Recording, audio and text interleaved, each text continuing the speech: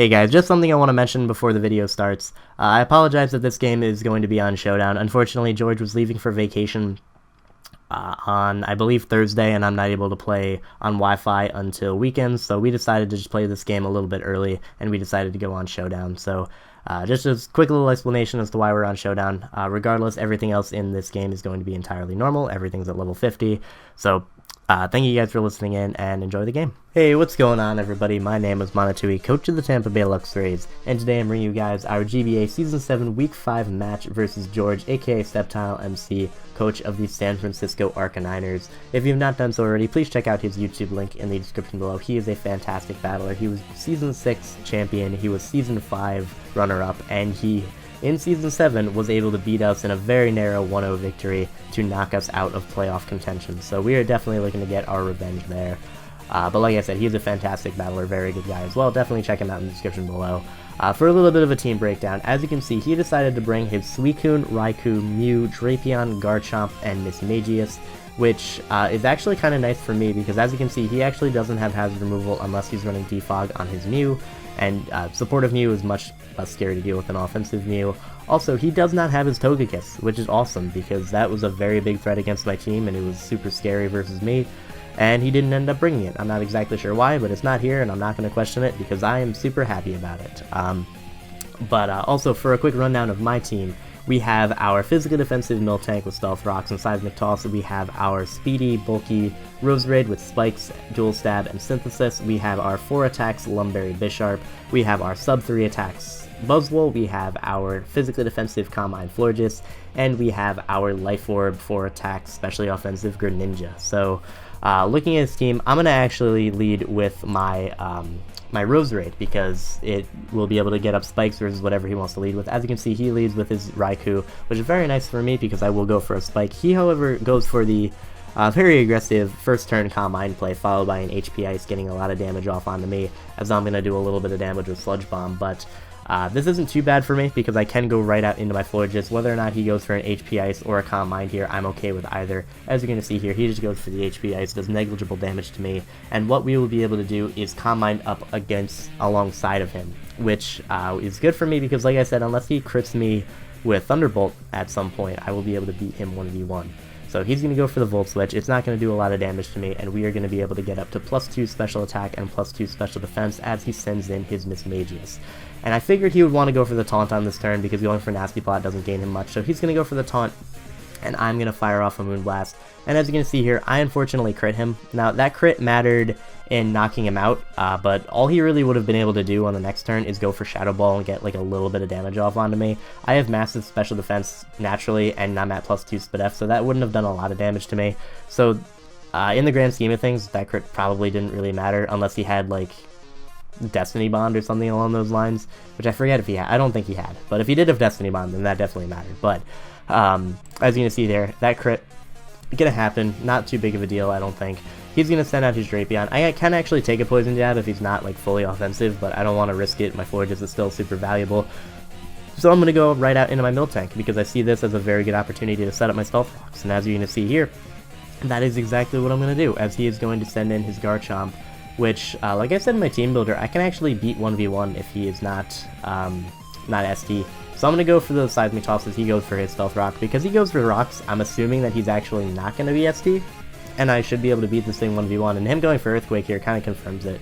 Because even after 2 hits of Rough Skin, me going for Seismic Toss two times in a row, he is not going to be able to knock me out with this next Earthquake, and we will be able to Milk Drink and get ourselves back to above 50%.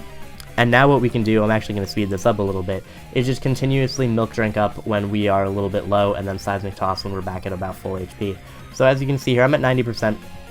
After Rough Skin damage, he's not going to be able to knock me out with the next Earthquake, so I'm going to go for Seismic Toss, get him very, very low, and then what we're going to do is take the next Earthquake and go for another Milk Drink.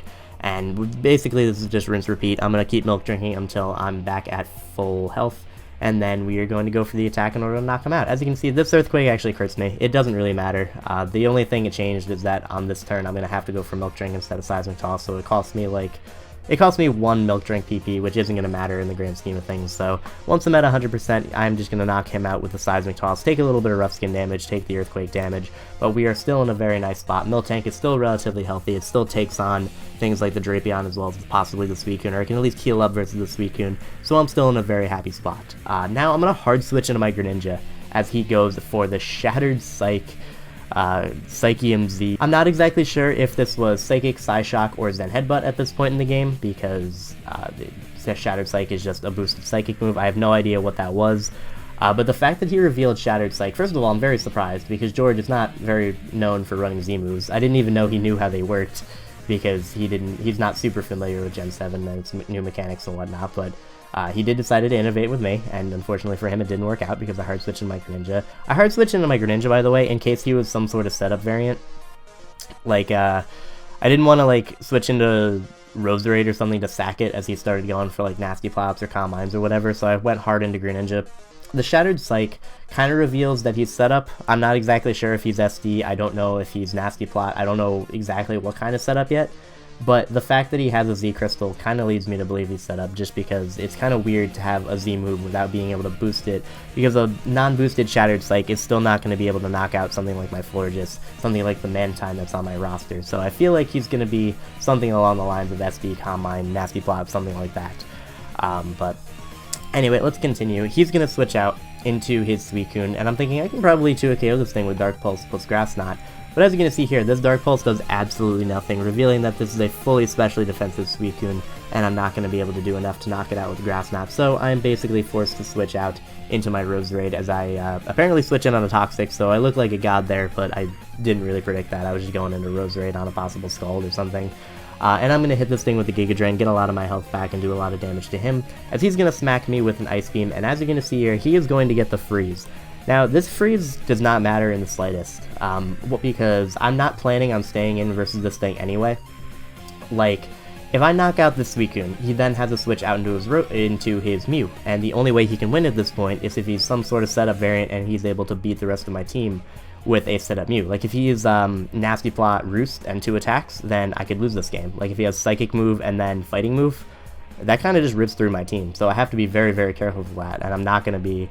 I don't want to stay in with my Roserade versus this Suicune, because if I knock him out and he gets a free switch into his Mew, then that's very bad for me. He does freeze me, however, and as you're going to see here, he is actually going to go for... I'm going to switch out, Natural Cure activates.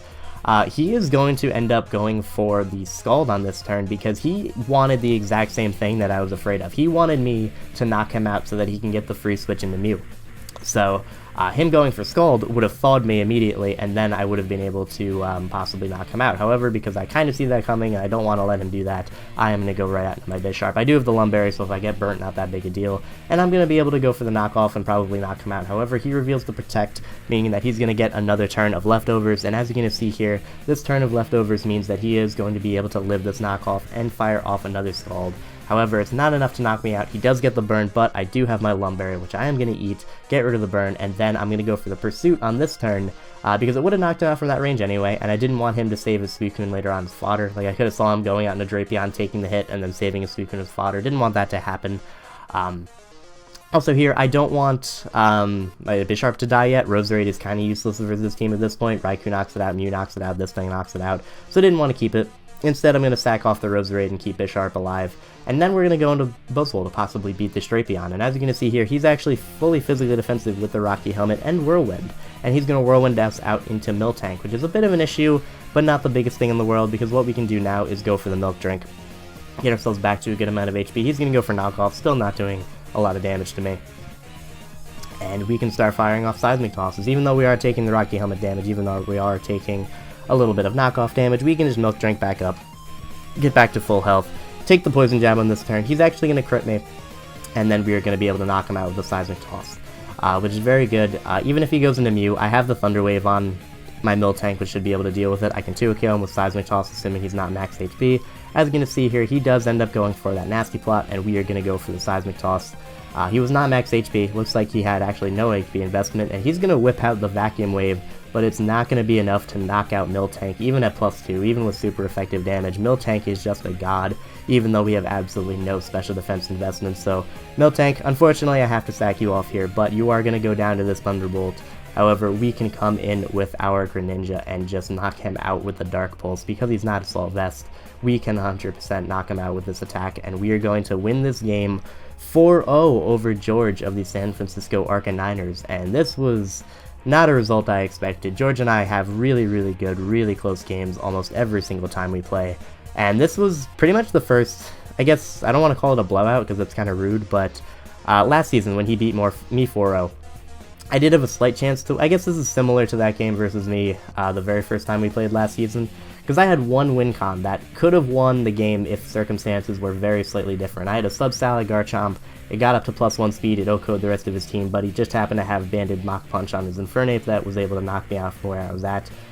In this situation, the Vacuum Wave on Miltank was actually a roll. It was heavily in my favor to live, but had he gotten that roll, he then could have swept the rest of my team, because the rest of my team did not live Psyshock plus Vacuum Wave, except for Florges. Florges also had a very good chance to live that Psyshock. However, that's where the crit on Mismagius may have come into play, because if he was able to go for Shadow Ball and get a little bit of damage on my Florges, it was then no longer a roll, and Psyshock would have killed me. Again, that only would have mattered if I did not live the Vacuum Wave from the Mew on my Miltank, but, you know, that's Pokemon. It's the game of numbers and the game of rolls. And I guess you could argue that it wouldn't have been a roll on my Miltank if he didn't crit me with Poison Jab from Drapion as well, but regardless, that is going to be the game. We are pulling out a 4-0 victory here, which is really, really nice. We're starting our season off 5-0. We've played some very, very good people, and we've been able to beat all of them, which is really nice. Also, something kind of funny I want to point out is that every single game that we've played so far, all 5 games, a different Pokemon on my team has gotten 3 kills. Like, week 1, Buzzwole got 3 kills. Week 2, Roserade got 3 kills. Week 3, Zygarde got 3 kills. Week 4, Greninja got 3 kills, and then this week, Miltank got 3 kills. So we are really spreading out our stats. We have actually nothing in the top 10 MVP race, but that's okay because we have done a very good job of seeing our win conditions and being able to make them work. So, yeah, that's really, really cool. Also, just a little bit of a fun fact. Thank you guys very much for watching. I hope you all enjoyed. Next week, we are going up against Chimpact, another very, very good team, another team that at this point in the season I believe is 3-1, so I hope you guys are really excited for that. I am as well. We got another big challenge ahead of us. But anyway, thank you guys for watching, and I'll see you then. Hey guys, just something I want to mention before the video starts. I apologize that this game is going to be on Showdown. Unfortunately, George was leaving for vacation